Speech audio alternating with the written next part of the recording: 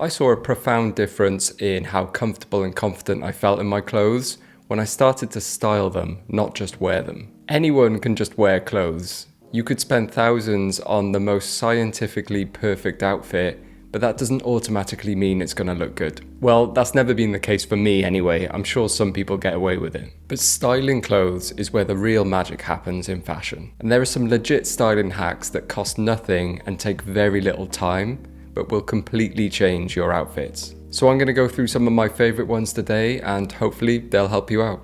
Let's get into it. So you're probably sick of me endlessly going on about shorter length tops, but I just really like the way they look on me, and for those of you who also like the look, this style hack is for you. Of course, the best thing to do is to go out there and actually buy a top that's meant to be shorter length in the first place. But unfortunately, that isn't always possible, especially in menswear. And there's always the option of cropping it yourself with a pair of scissors, which is something I do a lot. But I can understand that some people don't like that raw edge look, and maybe they don't want to cut their clothes. Another option is to take your clothes to the tailors to be professionally hemmed, which I highly recommend. But this video is all about doing things quick and cheap. You can pretty much shorten any top you like in less than 60 seconds with no sewing involved, and it's going to stay in place all day. So with that said, some of the most overpowered things you can invest in are hairbands, specifically these thicker ones. They're super cheap, available everywhere, and can be used in so many different ways to improve your style. By the way, an elastic band will do just fine as well, if that's all you have. I'm going to demonstrate on this absurdly long denim shirt just to show you how well this works. You're going to bunch up the top on each side, about a handful will do. And the trick here is to really pull a bit tighter than you think you need, because if it's too loose it won't look right and it just won't work properly. Then tie your hairband around these bunches to keep them in place. You'll be left with these two weird tails. You just tuck these under themselves and the rest of the top will follow. It's actually shocking how well this works. I can crop my tops to the perfect length and they'll stay in place all day, even if I'm moving around a lot. It works with shirts, sweaters, t-shirts. I like to do it with my vintage Harley tee, which I don't want to get hemmed because I want to keep it original. Yes, you could just tuck all of these in, but sometimes that gives you some weird bulges around your waist, especially if the top is bulkier or oversized. Oh, and please excuse the state of my grey sweater, I'm aware of the stains. It's my decorating top, but I thought it would be perfect for this video because I don't really like the sizing of it.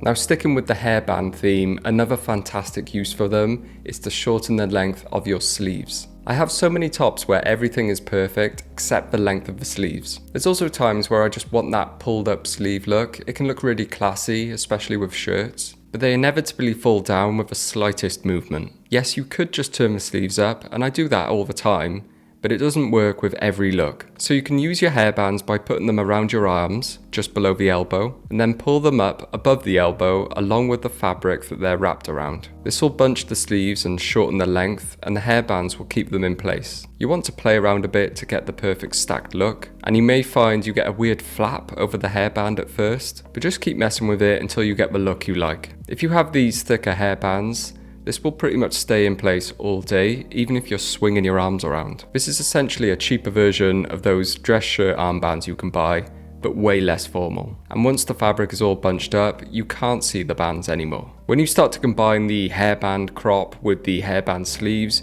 you can get some really slick looks. It can completely transform a piece from something that is frumpy and oversized to something that looks like it was tailor-made for you. While I have my disgusting grey sweater out, I might as well show you this next hack. As we approach summer, being able to wear a sweater out and then take it off when it gets too hot is ideal. And I've always liked the look of wearing it over your shoulders, but I could never get it to work for me. Well, good news, I think I've figured out the secret, and here's how it's done. Instead of just throwing it over aimlessly and dealing with all those weird lumps and bumps, try folding the neckline in on itself. This is kind of difficult to explain, but hopefully you can see what I'm doing from the video. I'm folding the collar in on itself all the way down to each shoulder, so it almost looks like the top has been sliced off. I won't lie, it can be awkward to get the hang of this, but the result is that it just looks so much tidier when draped over your shoulders. It looks smooth and tidy, and you get a beautiful fold. And because it's less bumpy, I find that it actually stays put instead of sliding off all the time.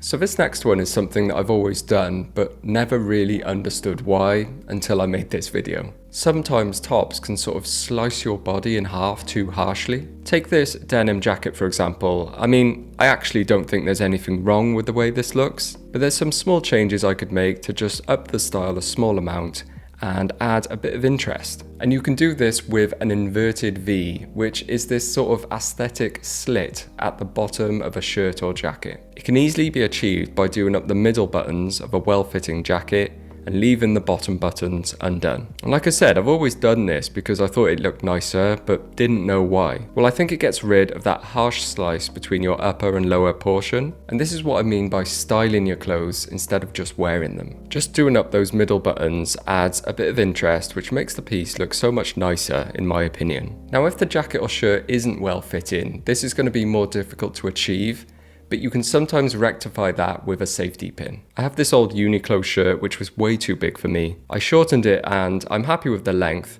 but it's still kind of big across the chest. You can bunch up the middle of the fabric at the back and stick a safety pin in to keep it in place. It might help to get someone to do this for you while you're wearing the shirt, but you can do it yourself as well. It might just take a bit of tinkering. This will definitely work best when wearing the shirt as an underlayer, but some people might not mind that bunched up look at the back. What this does essentially is cinch the shirt at the back, and is exactly what they do in fashion photo shoots to get those perfectly fitted looks. I haven't gone quite so extreme here, but it's just made this shirt, which is slightly too big for me, fit me a bit better. And it's also allowed me to get a bit of that inverted V action to add interest. Then of course I can add the hairband arms to get some nice bunching on the sleeves, and it all looks a bit tidier.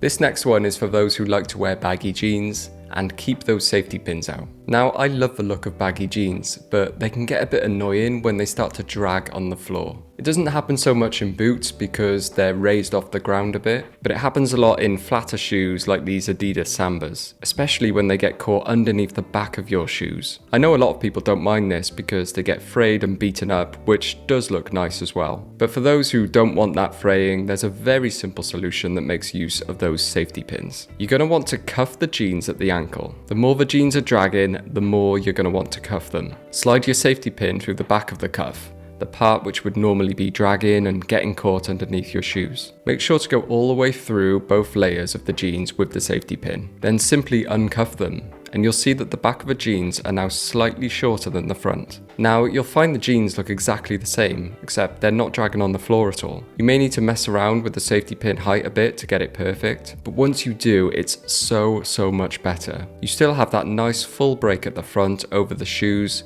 which is what we want to see with baggy jeans, but no dragging or getting caught at the back.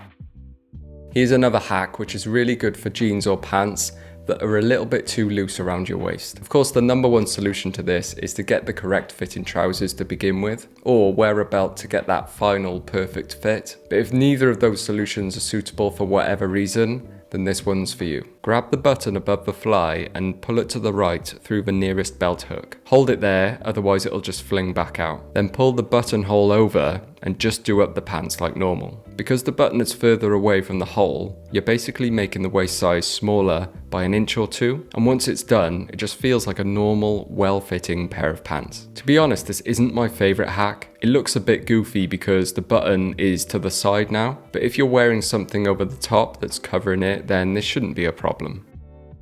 The final hack is another one for your pants. This one's great if the leg length's a bit too long, but you don't like the look of cuffs. I personally like that cuffed look, but I can understand not everybody does. Especially if you're in an office environment, it can sometimes look a little bit unprofessional. So this is known as the reverse cuff. You'll start by doing one huge, over-exaggerated cuff. Then start folding down that cuff until you get to the desired length. And then flip the cuff back to normal, and you'll see the leg length is shortened, but without any visible cuff. To be honest, these pants from Uniqlo are already a good length on me, so this isn't needed, but this is the kind of style of pants that I would want to use this hack on. This one's great because it stays in place all day without any problem. And it's almost unnoticeable that they've been cuffed.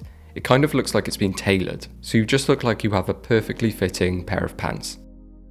So there's some style hacks that take basically no time or effort and are genuinely useful. I'd love to know if you guys have any more that you use. If so, please share them down in the comments. But anyway, I hope you enjoyed the video and I hope you found it useful. Thank you very much for watching, and I'll see you next time. Ta-ra.